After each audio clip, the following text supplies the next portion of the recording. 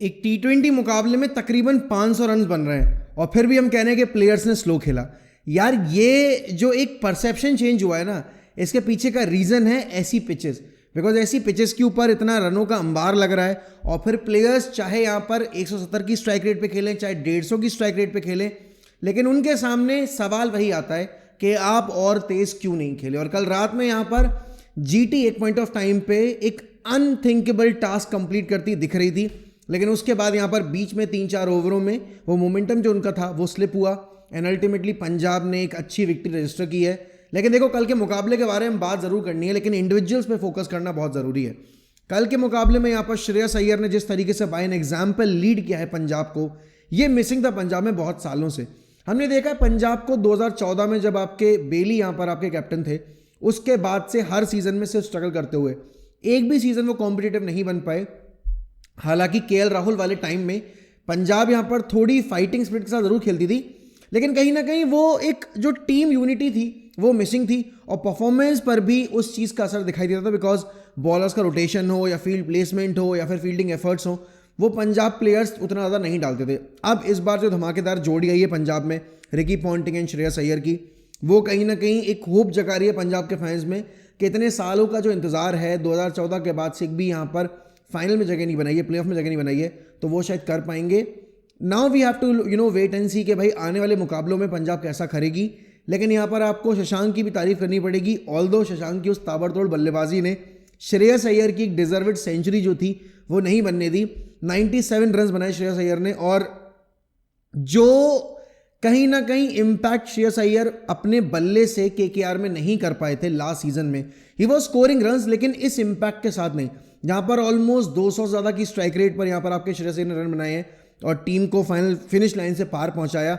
एक ऐसा टोटल खड़ा करके दिया जहाँ पर आपके बॉलर्स ने कुटाई बहुत खाई, बट उसके बावजूद यहाँ पर पंजाब ने आसानी से मैच निकाल लिया। फिर उसके बाद यही कप्तान की एक सोच होती है, उसने देखा कि बॉल थोड़ा रिवर्स कर रहा है तो why not bring another pacer, और वो वैशाख को लेकर है। ऑल्दो सही बताऊँ मैं ये मेरा पर्सनल ओपिनियन है, अगर कोई अच्छा बैट्समैन होता, लेट्स से कि इन्होंने राहुल तेवतिया को थोड़ा पहले भेज दिया होता इन प्लेस ऑफ रदरफोर्ड, तो शायद उन फुल टॉसेस पर राहुल तेवतिया कुछ निकाल पाते। बिकॉज रदरफोर्ड ने कम से कम 4 से 5 फुल टॉसेस मिस की हैं, उस पर अगर 2-3 बाउंड्रीज भी आ जाती तो भी शायद जीटी गेम में बनी रहती। बट यहाँ पर वैशाख की उन एवरेज डिलीवरीज पर भी सोच सही थी वैशाख की।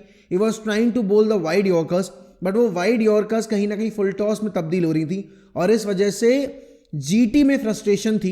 एंड कहीं ना कहीं आपके पंजाब फैंस भी डरे हुए थे कि यार एक आधा शॉट अगर कनेक्ट हो गया तो कहीं ना कहीं दिक्कत हो जाएगी। अब आप ये सोचो कि कल के मुकाबले में आपके मार्कस स्टोइनिस नहीं चले हैं, आपके ग्लेन मैक्सवेल नहीं चले हैं, तब यहाँ पर पंजाब ने 246 रन का स्कोर खड़ा किया है। पंजाब अगर इस मोमेंटम पर खेलती रही और श्रेयस अय्यर इसी तरीके से अगर बल्लेबाजी करते रहे और अगर इनके स्टोइनिस और मैक्सवेल फॉर्म में आ गए तो यहाँ पर पंजाब की टीम बहुत लीथल बन जाएगी। अभी मार्को येंसन है आपके पास, वो बतौर ऑलराउंडर अगर आपके लिए परफॉर्म करने लगे then you will be in very good hands. लेकिन अर्शदीप ने ऐसी विकेट के ऊपर जहां पर सारे बॉलर्स आपके 12-15 की इकोनॉमी से रन दे रहे थे, उस विकेट के ऊपर अर्शदीप ने बहुत सदी हुई गेंदबाजी और बहुत सुलझी हुई गेंदबाजी की है। आपको यहां पर एक चीज़ तो माननी पड़ेगी कि शायद इंडिया में उतने अच्छे बॉलर्स इस वक्त पर ना हो, लेकिन लेफ्ट आर्म पेसर्स में अगर बाकी सारे बॉलर्स को देखा जाए, Arshdeep is the real thing. Last year भी यहाँ पर हमने देखा पंजाब के लिए उसने अच्छा परफॉर्म किया था। देन T20 वर्ल्ड कप में अर्शदीप अच्छा खेलते हुए आए थे और इतनी बात हुई नहीं अर्शदीप की, बिकॉज हमने बुमराह को सेलिब्रेट किया, हमने सूर्य कुमार यादव के विकेट को सेलिब्रेट किया, हमने हार्दिक पांड्या को सेलिब्रेट किया। बट कहीं ना कहीं कल के पंजाब के इस विक्ट्री में जितना कॉन्ट्रीब्यूशन आपके श्रेयस अय्यर का है, आपके शशांक सिंह का है, उतना ही कॉन्ट्रीब्यूशन यहाँ पर आपके अर्शदीप सिंह का भी है। बिकॉज अगर वो क्रूशल विकेट्स नहीं निकालते यहाँ पर तो कहीं ना कहीं आपको पता है कि शायद पंजाब वो मुकाबला नहीं जीत पाती। जॉस बटलर ने अच्छी गेंद आपकी बल्लेबाजी की, लेकिन बात वही है कि मुझे एक तो पहला एक जो सोच था वो समझ में नहीं आया कि आपने साई सुदर्शन को ओपनिंग क्यों कराई। अब देखो, मैं उस चीज़ पर आपसे सवाल सिर्फ इसलिए कर रहा हूँ क्योंकि बटलर ने हमेशा हर फ्रेंचाइज के लिए ओपन किया है और वो ओपनिंग पर ही ज़्यादा बेटर लगे। ऐसा नहीं है कल उन्होंने इनिंग्स अच्छी नहीं खेली और साई सुदर्शन ने अपना सिलेक्शन जो था वो ओपनिंग स्लॉट के लिए वो जस्टिफाई भी किया। वो left hand right hand combination का जो एक सोच थी वो समझ आती है मुझे, लेकिन बटलर कहीं ना कहीं अगर ऊपर आते तो ज़्यादा सही रहता। रदरफोर्ड की जगह आप यहाँ पर ग्लेन फिलिप्स को यूज़ करते शायद ज़्यादा सही रहता, बिकॉज रदरफोर्ड ने शुरुआत अच्छी की थी लेकिन उसके बाद वो बहुत स्लो डाउन हो गए थे। क्योंकि उनके 18 गेंदों पर कुछ तकरीबन 23 या 24 रन थे और वो एक आपको मैच विनिंग फीलिंग नहीं देता है। और रन आप आखिरी में भले कितने भी बना दो, लेकिन जो आप बॉलें वेस्ट करते हो, जो आप बॉलें यहाँ पर जो उनका अंजाम होना चाहिए उन पे नहीं पहुंचाते हो, तो टीम पे प्रेशर आता है। और वही हुआ है कल जीटी के केस में। There is a reason why I said कि भाई पंजाब और जीटी यहाँ पर आपके लीग टेबल में प्लेऑफ पोजीशन में नहीं आएंगे। उसके पीछे का रीज़न ये है कि पंजाब के पास यहाँ पर आप देखोगे टॉप ऑर्डर उतना सॉलिड नहीं है, आपका मिडिल ऑर्डर भी अगर आप देखोगे तो कहीं ना कहीं हल्की सी इम्बैलेंस ही है। और मैक्सवेल के ऊपर आप रिलाई कर नहीं सकते, बिकॉज मैक्सवेल का बल्ला चले तो चले, मेजॉरिटी केसेस में नहीं चलता है। जीटी के केस में उनके पास टॉप ऑर्डर अच्छा है, टॉप ऑर्डर के अच्छे बल्लेबाज है, लेकिन वही मिडिल ऑर्डर की दिक्कत है उनके पास। और कल आप देखोगे मोहम्मद सिराज, आई थिंक इस बारे में बात होनी बहुत ज़रूरी है। जब आरसीबी ने मोहम्मद सिराज को रिटेन नहीं किया था तो मुझ जैसे आप जैसे लोग यहाँ पर यही पूछ रहे थे कि भाई एक प्लेयर जिसने आपको रिजल्ट्स ला के दिए, जिसने आपके लिए परफॉर्म किया है, आप उसको क्यों यूज़ नहीं कर रहे हो। आई थिंक वो अब सबको पता चल गया कल के मुकाबले में भाई मोहम्मद सिराज ने लाइन और लेंथ की धज्जियाँ उड़ा के रख दी हैं। हमने जब वीडियो क्लिप देखी थी, जब Mohammed Siraj was bowling in practice session, he was bowling such good deliveries. और उसके बाद जब यहाँ पर मेन मुकाबला आया, Mohammed Siraj was all over the place. Shashank Singh ने और आपके श्रेयस अय्यर ने तो पकड़ पकड़ के पीटा यहाँ पर मोहम्मद सिराज को। एंड सिराज की कल की गेंदबाजी ऐसा नहीं था कि सिर्फ सिराज पिटे हैं, कगिसो रबाडा भी पिटे हैं, लेकिन सिराज क्योंकि अपना आदमी है भाई, सिराज यहाँ पर हमारी इंडियन क्रिकेट टीम के लिए खेलता है और उससे उम्मीद थी, क्योंकि उसके लिए हम आवाज़ बुलंद कर रहे थे, तो वहाँ पर डिसअपॉइंटमेंट लगी है हाथ में। लेकिन ऐसा नहीं है कि यहाँ पर मोहम्मद सिराज इकलौते वो खिलाड़ी जो पिट रहे थे।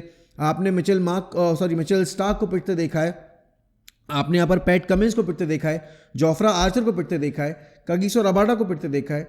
बट यस, थोड़े बहुत टूल्स जो है ना यहाँ पर आपके मोहम्मद सिराज की गेंदबाजी में, उनको ऐड करने पड़ेंगे, क्योंकि अगर सिराज इसी तरीके से गेंदबाजी करते रहे, उनका नेशनल टीम में मेरे हिसाब से यहाँ पर एक अपनी पोजीशन सीमेंट करना मुश्किल हो जाएगा, बिकॉज बॉलर्स और भी आ रहे हैं।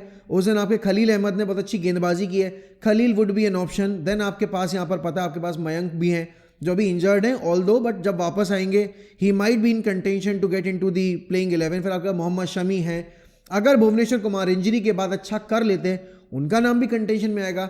अगर सिराज का आईपीएल सीजन इस बार का अच्छा नहीं जाता है तो भैया आने वाले T20 मुकाबलों में शायद सिराज के सिलेक्शन के ऊपर सवाल खड़े किए जाएंगे। जैसे अभी इस चैंपियंस ट्रॉफी के जो हमने टूर्नामेंट खेला उसमें सिराज को शामिल नहीं किया गया था और उन्होंने यहाँ पर बाकी खिलाड़ियों को प्रेफर किया, हर्षित राणा वगैरह को। तो शायद कहीं ऐसा ना हो कि सिराज की ऐसी परफॉर्मेंसेस के चलते सिराज अपनी पोजीशन गवा बैठे, जैसे आपके ईशान किशन ने गवाई है। तो सिराज को अपने गेम में कुछ एक्स्ट्रा एलिमेंट्स ऐड करने पड़ेंगे, जैसे स्लोअर डिलीवरी हो गई, back of the arm delivery हो गई, यॉर्कर्स एक्सपर्टीज करना हो गया, शॉर्ट पिच डिलीवरीज पर अपने आप को थोड़ा बेहतर करना हो गया। ये सारी चीज़ें सिराज को करनी पड़ेंगी। थोड़ा सा यहाँ पर आपको स्विंग पर भी वर्क करना पड़ेगा, बिकॉज अगर आपके गेम में स्विंग नहीं है, अगर आप पे सीम कंट्रोल नहीं हो रही है, तो आप कहीं ना कहीं एक टाइम के बाद बहुत फेड अवे होना शुरू हो जाते हो और ओपोनेंट्स आपके गेम की कमजोरियों को परखना शुरू कर देते हैं, पढ़ना शुरू कर देते हैं, जिससे आपको और आपकी टीम को काफ़ी दिक्कत होती है। और कल यही हुआ है। देखो, अब 500 रन अगर एक मुकाबले में बन रहे हैं, वो भी T20 मुकाबलों में 40 ओवरों में 500 रन, मतलब आप ओडीआई में देखते हो कि 400 रन बन जाए तो बहुत बड़ी बात है, यहाँ तो 40 ओवरों में 500 रन के तकरीबन बन रहे हैं। तो हम क्रिकेट कहाँ लेके जा रहे हैं? और ऐसी विकेट्स के साथ आप बॉलर्स को कॉन्फिडेंस दोगे कैसे? यार देखो, क्रिकेट एक ऐसा गेम है जहां पर सिर्फ बल्लेबाजों का बोलबाला नहीं होना चाहिए। मी एज अ बॉलर, यार I would not want to bowl on such pitches जहां पर मुझे कुछ मदद नहीं मिल रही है। तो यार ये मेरे हिसाब से बीसीसीआई को देखना पड़ेगा। आप आईपीएल को एंटरटेनमेंट पर्पज से देखते हो, वो सही बात है। आपके लिए जितने ज़्यादा रन बनेंगे उतना ज़्यादा आपकी टीआरपी बढ़ेगी, उतना ज़्यादा आपके व्यूअर्स को देखने में मज़ा आएगा। लेकिन हर व्यूअर यहाँ पर हर मैच में 200 बनते नहीं देखना चाह रहा। अभी आईपीएल में एवरेज स्कोर ही 210 का चल रहा है, तो ये किस तरीके से जस्टिफाइड है? और हम हर वीडियो में आकर ये बात करते हैं, फिर भी उसके बाद यहाँ पर आपको पता है कि चीज़ें चेंज नहीं होंगी, बिकॉज एंटरटेनमेंट का मतलब एक कहते हैं ना सोल, जो एक पर्पस बना रखा है वो बैट्समैन के थ्रू ही बना रखा है। बॉलर्स अगर परफॉर्म करेंगे तो लोग एंटरटेन नहीं होंगे, ऐसा परसेप्शन है बीसीसीआई ऑफिशियल्स का। और कहीं ना कहीं हम भी अपने एंड से वो चीज़ जस्टिफाई भी कर देते हैं, बिकॉज 280 बन रहा है, नाउ वी वांट दैट 280 का target to be chase, because उसमें एक अलग स्टोरी लाइन जनरेट होगी। लेकिन आप देखते हो जब यही सेम खिलाड़ी आपके आईपीएल के बाद नेशनल टीम में या फिर आपकी आईसीसी टूर्नामेंट्स में खेलने जाते हैं, ऐसे स्कोर्स आपको बनते नहीं दिखते हैं, बिकॉज आईसीसी टूर्नामेंट्स में एवरेज स्कोर ही 165 आपका 175 है। लेकिन यहाँ पर एवरेज स्कोर आपका 40 रन आगे बैठा हुआ है। अभी सोचो कल एक स्टैट दिखाया गया था कि आईपीएल 2023 तक यहाँ पर आपके 90-99 मुकाबले हुए थे, उसमें से सिर्फ 15 मुकाबले जीती थी चेस करने वाली टीम जब स्कोर 200 प्लस गया था। बाकी मुकाबले आपकी चेस करने वाली टीम हारी थी। आपका सक्सेसफुल परसेंटेज था तकरीबन 15%। अब यहाँ पर 15 मुकाबले हुए हैं, 15 मुकाबले ऑलरेडी जीत चुकी हैं टीमें कुछ 59 मुकाबलों में, और आपका सक्सेस परसेंटेज है यहाँ पर 27%। तो ये किस तरीके से जस्टिफाइड है? मतलब ये आईपीएल कमेटी को देखना पड़ेगा, ये बीसीसीआई को देखना पड़ेगा किस तरीके से आप किसी को भी मदद नहीं कर रहे हो। बट ठीक है, कल का मुकाबला अच्छा हुआ है। यहाँ पर हमने देखा कि आपके प्रियांश आर्या, हर मैच में आपको एक नया खिलाड़ी देखने को मिल रहा है। आपने यहाँ पर विघ्नेश पुत्र को देखा था, फिर आपने यहाँ पर विप्रज को देखा, फिर आपने यहाँ पर आशुतोष को देखा, कल आपने शशांक को देखा, देन प्रियांश आर्या को देखा। तो ये आईपीएल सीजन आपको बहुत सारे नए चेहरे दे रहा है। आई होप हमें आने वाले मुकाबलों में और ज़्यादा यहाँ पर ऐसे खिलाड़ियों की जो लिस्ट है वो देखने को मिले, उनको देखने का मौका मिले। तो आईपीएल का सोल पर्पस सिर्फ एंटरटेनमेंट नहीं, टैलेंट्स को ढूंढ के निकालना भी होना चाहिए, और वो चीज़ अभी तक शुरू के मुकाबलों में हमें देखने को मिली है। तो हाँ, उस एंड पर आई एम सेटिस्फाइड। बाकी आप लोग बताइए भाई, ये कल का जो मुकाबला हुआ है, पंजाब से आपकी उम्मीदें क्या है? पंजाब कहाँ फिनिश करेगी आपके अकॉर्डिंग यहाँ पर लीग टेबल में? और जीटी में शुभमन गिल को क्या कहीं ना कहीं कुछ चेंज करना पड़ेगा? क्या शुभमन गिल एक अच्छे कप्तान हैं या नहीं है? क्योंकि श्रेयस अय्यर तो एक अच्छे कप्तान हैं, हम सबको पता है, वो ऑलरेडी आईपीएल जीत चुके हैं। दिल्ली के साथ भी उनका जो टाइम था वो बहुत अच्छा था। बट क्या शुभमन गिल यहाँ पर रिस्पॉन्सिबिलिटी लेने को तैयार हैं आपके? क्योंकि फ्यूचर कैप्टन के तौर पे शुभमन गिल को ही देखा जा रहा है। तो वो बताइए। सब्सक्राइब करिए चैनल को अगर आपको डेली वीडियोस चाहिए चैनल के ऊपर।